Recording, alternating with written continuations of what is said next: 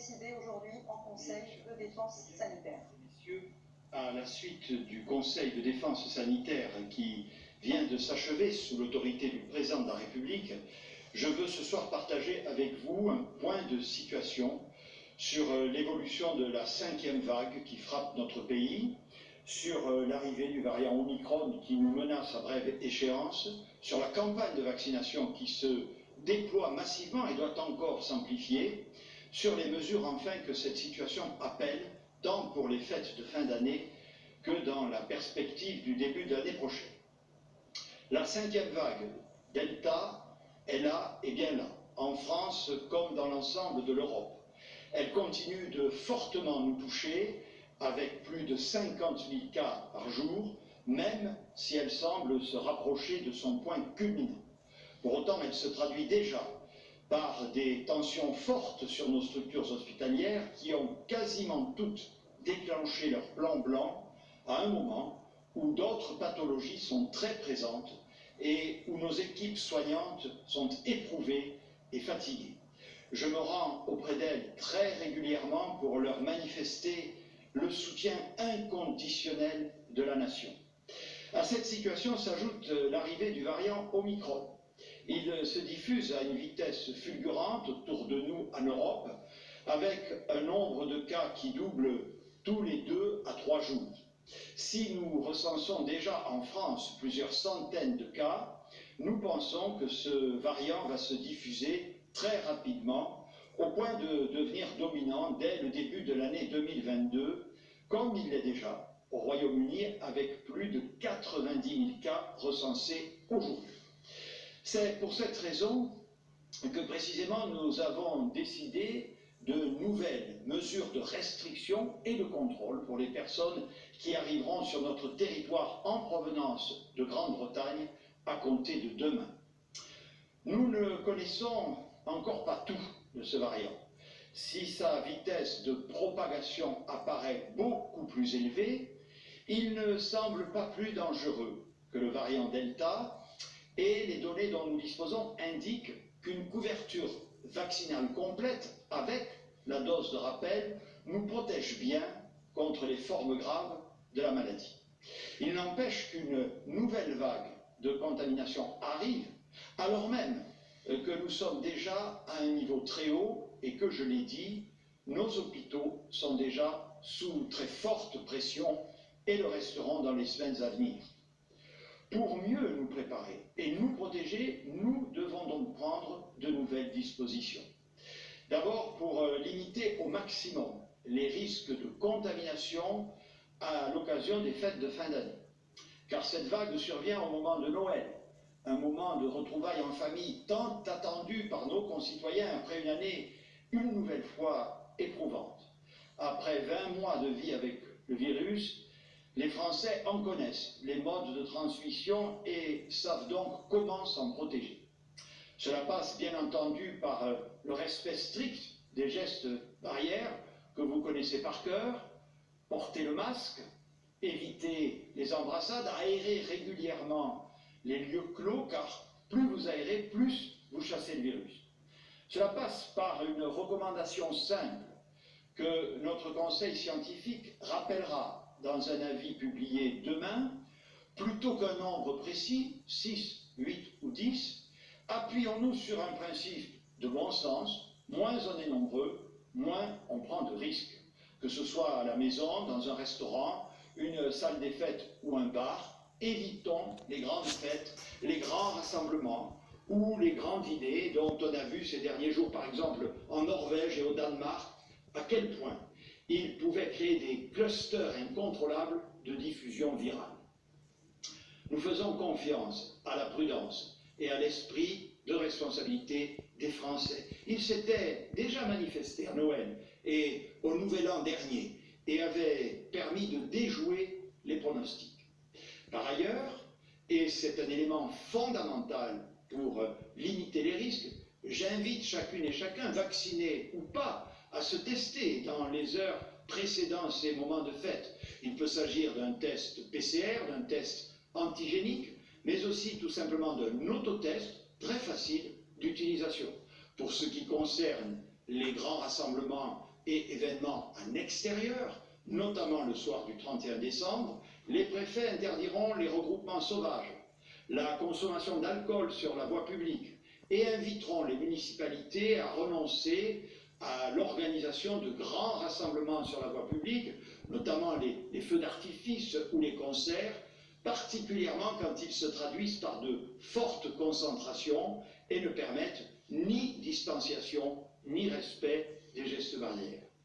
Dans cet esprit, car nul n'ignore que le mois de janvier est celui consacré aux vœux, j'en appelle à la responsabilité de tous pour trouver d'autres modalités que de grands rassemblements et d'éviter en tout état de cause les moments de convivialité qui y sont traditionnellement attachés.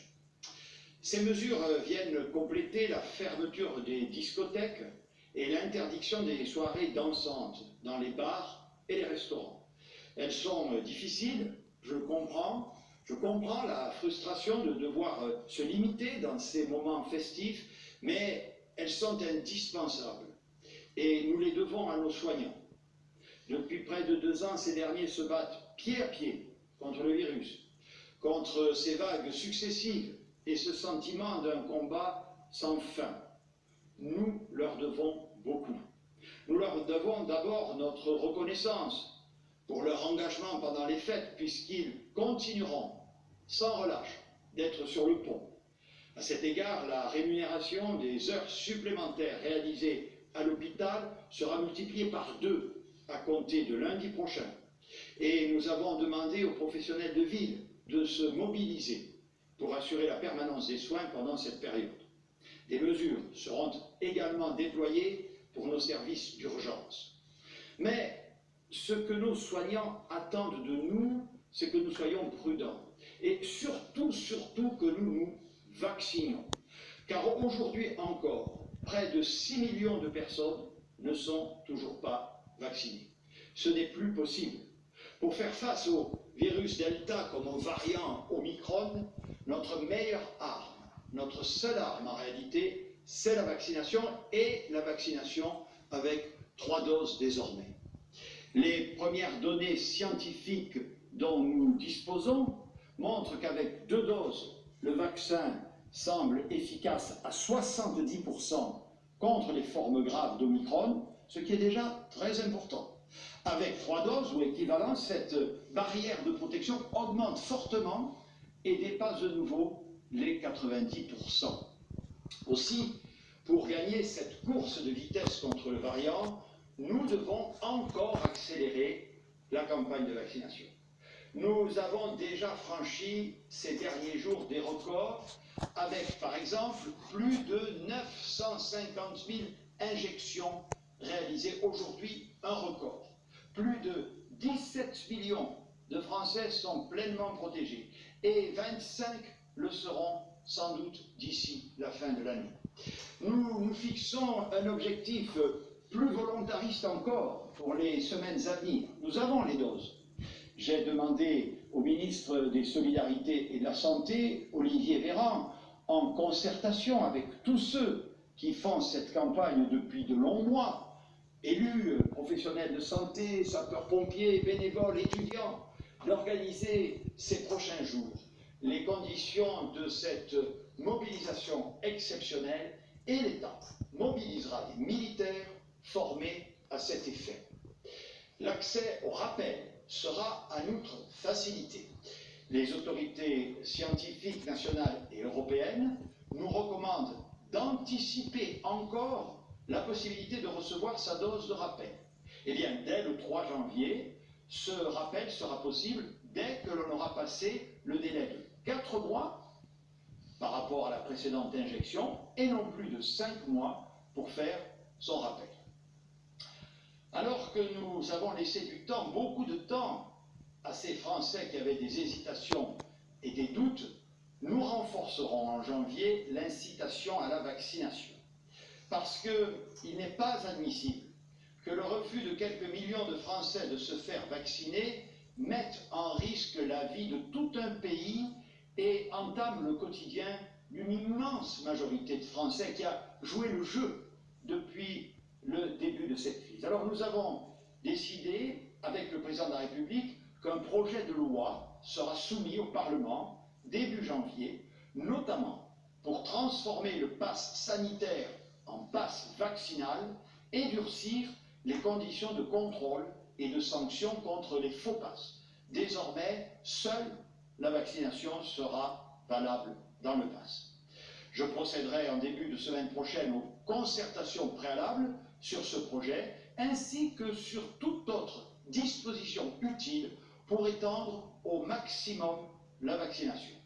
Nous assumons de faire peser la contrainte sur les non-vaccinés, car les services de soins critiques et de réanimation de nos hôpitaux sont remplis pour l'essentiel de personnes non vaccinées.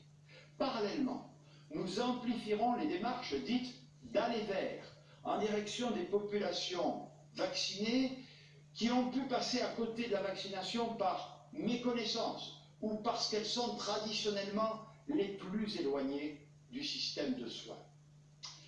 Vous l'avez compris, même si nous sommes face encore à une part d'inconnu sur les effets de ce variant Omicron, le devoir du gouvernement est d'anticiper et de préparer le pays à cette nouvelle menace. Ralentir et lisser la vague épidémique Omicron, que les scientifiques nous prédisent comme exponentielle, sont deux objectifs que nous devons nous fixer pour limiter son impact. Mes chers concitoyens, mesdames et messieurs, je partage avec vous une situation que nous aurions assurément souhaité différente. Je partage avec vous qu'elle peut créer de la lassitude. Mais je partage aussi avec vous que la vaccination nous permet de nous armer encore et toujours face à cette nouvelle menace, sous réserve que nous soyons ensemble le plus vigilants possible ces prochaines semaines. Par rapport à d'autres pays, nous avons pris de l'avance dans la lutte contre le virus. Nous devons la conserver et nous adapter comme nous avons toujours su le faire à l'évolution des variants. Nous devons tout faire pour éviter le recours aux mesures contraignantes que nous avons connues dans des phases antérieures. Je sais combien cette pandémie peut paraître sans fin. Pourtant, grâce à la vaccination massive, grâce à notre mobilisation collective, grâce au sens des responsabilités de chacune et de chacun, nous avons progressé et appris à mieux vivre avec le virus. On va y arriver tous ensemble. Je vous souhaite du fond du cœur, malgré ce contexte difficile, mais que nous saurons surmonter, d'excellentes fêtes de fin d'année. Merci beaucoup. Jean Castex.